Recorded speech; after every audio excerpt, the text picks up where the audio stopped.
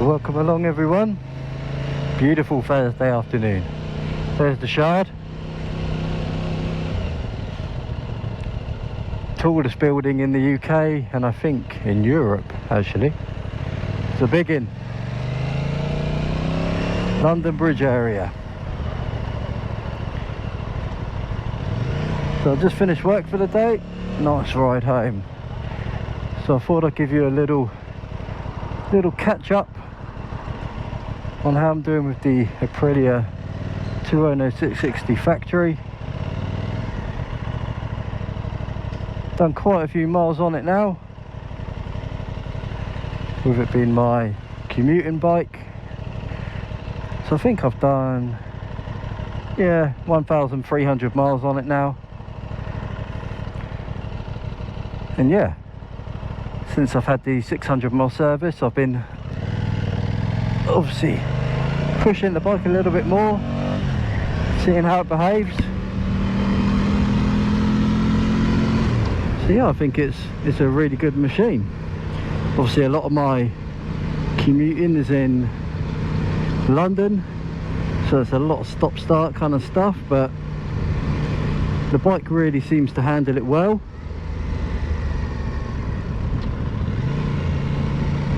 Not jerky at all. It is quite a peppy machine, but yeah, the engine behaves really well at low speeds when you're in first, second, third gear. So if you're a little bit worried about it being a bit clunky at lower speeds, town riding, I wouldn't worry about that. It is all good.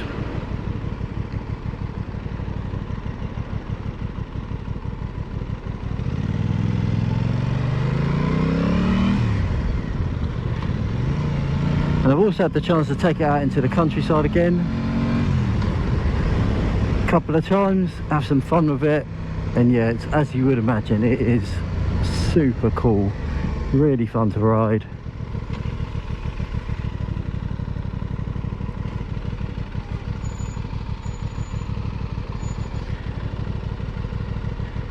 One thing I have noticed about it is you've got to be use your experience when you're filtering. If there's a lot of traffic and you're kind of cutting in between cars and things like that, as the seat height is quite high on it, it's about 830 odd mil.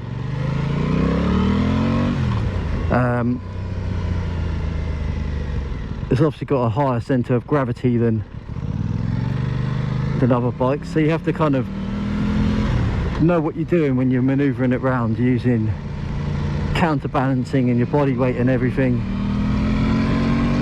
Otherwise you just find you end up putting your feet down all the time, and which is all good if you need to move in a tight spot, but it just doesn't look as smooth, does it, when you're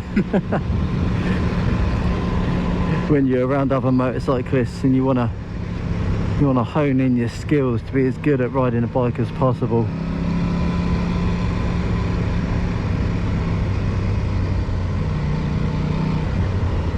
Another thing to be wary of is that the brakes are very powerful. These Brembos, when they bite on, they bite. So it took a little while to learn the feel of those. It's a very nice progressive feel because you do obviously have the Brembo master cylinder as well. But if you're not used to a Brembo braking system, then it can surprise you a little bit as to how powerful the brakes are, which is obviously great in an emergency situation.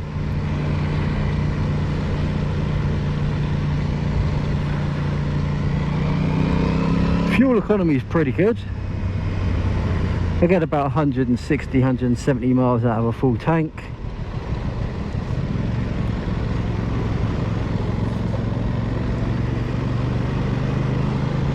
It's as I would expect for an engine of this size, 660. Can't remember what the actual size of the fuel tank is, but it doesn't eat up a lot of petrol. Even when you're riding with a bit more spirit, I tend to find it doesn't. You don't see the fuel gauge dropping away quickly. Not too busy on the roads tonight.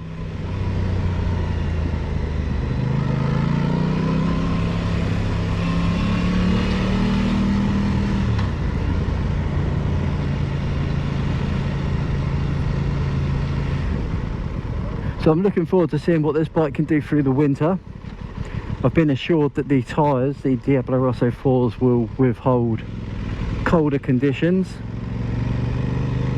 So I was thinking of maybe going over onto a Michelin tyre, but I'll see how it goes the first few times in the cold, in the rain with these on, and see how I feel with the grip. But they're very quick to warm up anyway.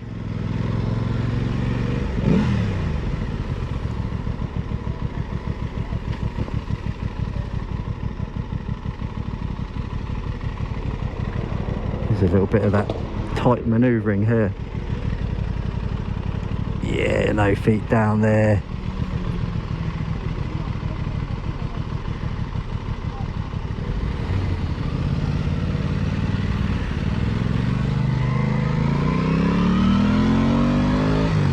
This is also a bit of a test of my new microphone I'm using, the DJI Mic Mini, which I've got just tucked under my cheek pad at the moment on the left. So I'm hoping the audio comes out pretty good in this. Hopefully a little bit better than the Lavalier mic that I also do have. So eventually I'll do a video on the setup that I use for my vids. If there's any people that are into the whole tech side of things. It's a bit of a contraption I've got on my the front of my helmet. Mix and match of GoPro and DJI stuff. So I spend most of my time on this bike in commute mode.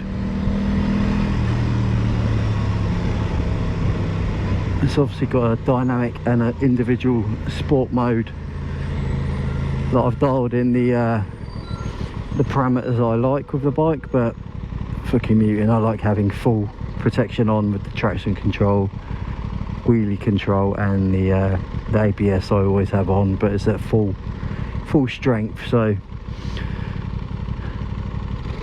fully protected on the road, and it doesn't inhibit the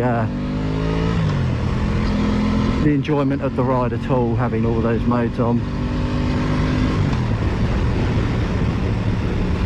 The commute mode has kind of got the least kind of aggressive engine map on it, but you can still, you know, if I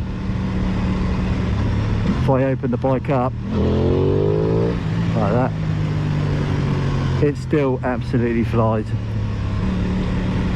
So one thing you might notice here is that I nip in and out of the bus lanes a lot, and that's because in London 90% of the bus lanes motorcycles are allowed to use, so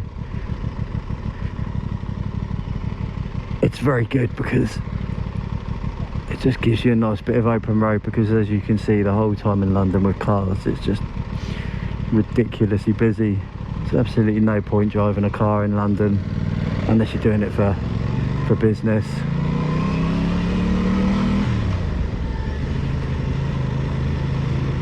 So yeah, I can quickly nip in and out. The only thing you've got to worry about are the crazy cyclists coming out of nowhere. And of course they're all mostly on electric bikes now, so they're just as fast as I am a lot of the time. You get people like this idiot in a zip car pulling in front of you, then pulling out back into the lane they were in.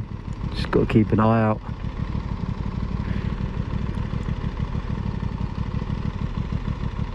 Keeps you on your toes, that's for sure.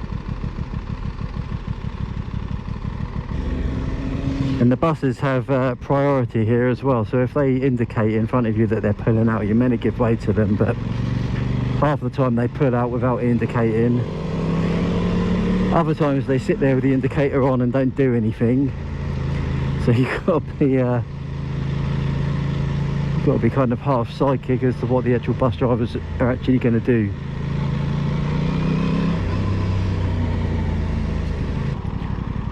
Big student area around here, New Cross.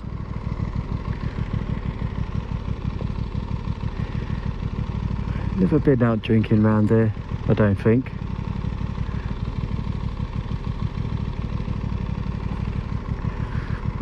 Probably be all like the student bars I used to frequent when I was younger. Great time back then. So yeah, the bike is great at tipping into corners, so lightweight, it really is a nimble little machine.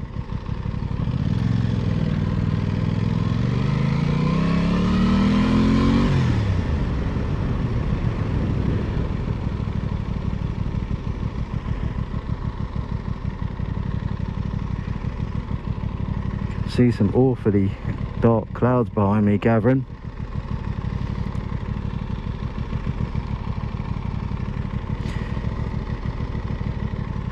So what else have I learned really about this bike since I've had it? The suspension I had to play around with. I've mentioned that a couple of times, but now I think I've got it dialed in pretty good actually. It's very soft on the rear, which I like, not too bouncy. And then on the front, just a little bit of firmness, but enough to soak up these shockingly bad roads that we have to deal with here.